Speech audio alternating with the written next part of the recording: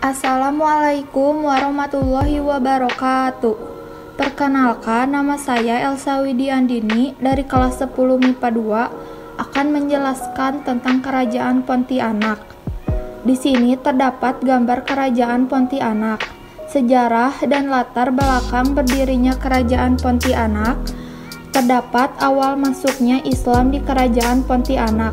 Para pelaut dari Arab, Persia, dan Gujarat yang berdatangan di Kalimantan Barat telah memperlihatkan tradisi agama Islam kepada warga setempat. Agama Islam masuk dari Johor dan Bintan, kemudian dari Brunei melewati aliran sungai Sambas dan terpusat di Kerajaan Sambas.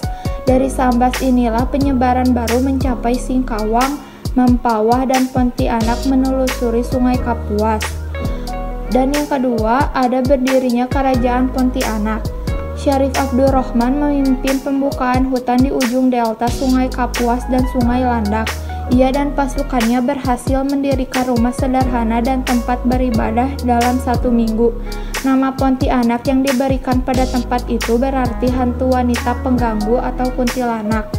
Asal-usul penamaan ini adalah gangguan yang dialami rombongan Syarif Abdurrahman saat melakukan babad alas menyelusuri Sungai Kapuas pada malam hari Jumat 9 Rajab 1185, 18 Oktober 1771.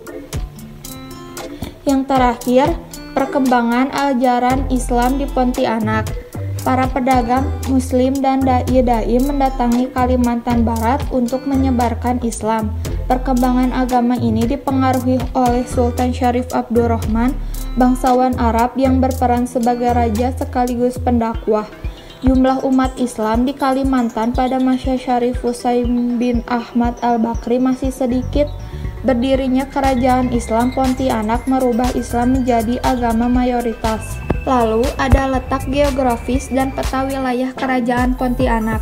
Kerajaan Pontianak terletak di dekat pertemuan 3 sungai besar, yaitu Sungai Kapuas dengan Sungai Landak sebagai cabangnya. Terdapat 3 nama sungai dari titik ini, yaitu Sungai Landak yang mengalir dari timur, Sungai Kapuas kecil dari arah timur, dan Sungai Kapuas besar sebagai pertemuan keduanya mengalir arah barat dan bermuara di laut.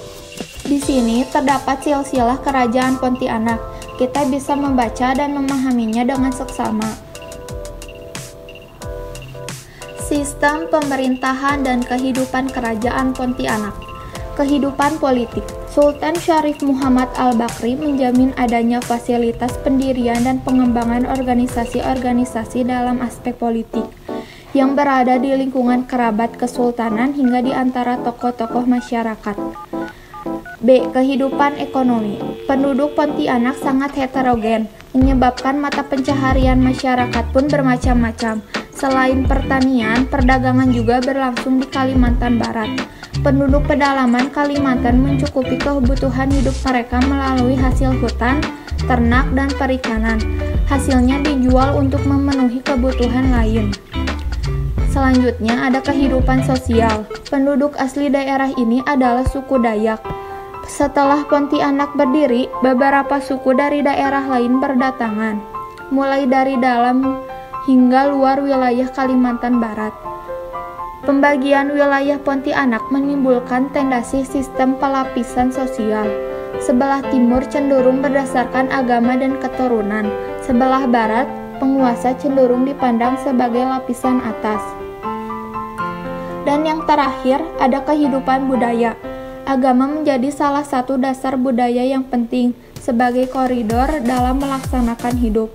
Ini sangat penting bagi masyarakat lokal agar kebahagiaan material dan spiritual dapat tercapai. Penduduk kota dan perdesaan di Kalimantan Barat beragama Islam, sementara mayoritas penduduk pedalaman menganut kepercayaan tradisional atau kepercayaan lama. Kedatangan IFOC dan kolonial Hindia Belanda.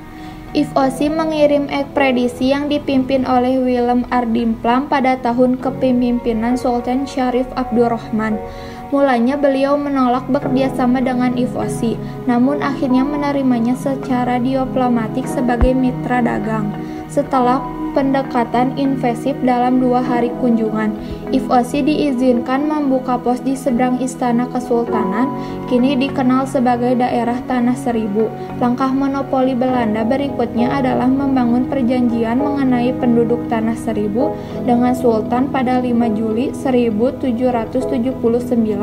Pihaknya ingin Tanah Seribu menjadi daerah kegiatan bagi mereka. Masa kejayaan dan keemasan wilayah kekuasaan. Sebagai kerajaan terakhir di Kalimantan Barat, perkembangan kerajaan Pontianak cukup pesat di bawah kepemimpinan Sultan Syarif Abdurrahman Al-Bakri. Kerajaan Pontianak mengalami masa kejayaannya karena pemerintahan Sultan Syarif Abdurrahman Al-Bakri begitu giat mengembangkan perdagangan. Abdurrahman memanfaatkan kedudukan kuatnya untuk menaklukkan kerajaan Sanggau. Pergolakan dan penyebab runtuhnya kerajaan Pontianak. Kelahiran Pontianak yang berbarengan dengan bercokloknya imperialisme Barat menimbulkan tekanan terhadap kehidupan kesultanan di bawah eksploitasi kekuasaan mereka. IFOSI yang terlalu mencampuri persoalan internal kerajaan melibatkan Pontianak dalam perseteruan politik dan ekonomi antar kerjanya. Adanya konflik berbatasan Mempawah dan Sambas menambah rumit perebutan kekuasaan di Kalimantan Barat. Faktor ini menjadi sebab kemunduran kerajaan Pontianak. Setelah mengalami kemunduran, kerajaan Pontianak runtuh pada saat kepemimpinan Sultan Syarif Muhammad sedang redup. Di sini terdapat peninggalan dan sumber sejarah kerajaan Pontianak. Yang ke-1, terdapat Keraton Kadriah. Kedua, Masjid Agung Pontianak, Masjid Sultan Syarif Abdurrahman. Dan yang ketiga, ada makam Batu Layang. Di sini saya mencantumkan gambar peninggalan dan sumber sejarah kerajaan Pontianak.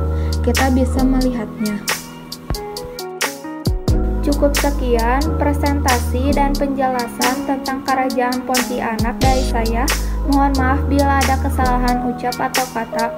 Wassalamualaikum warahmatullahi wabarakatuh.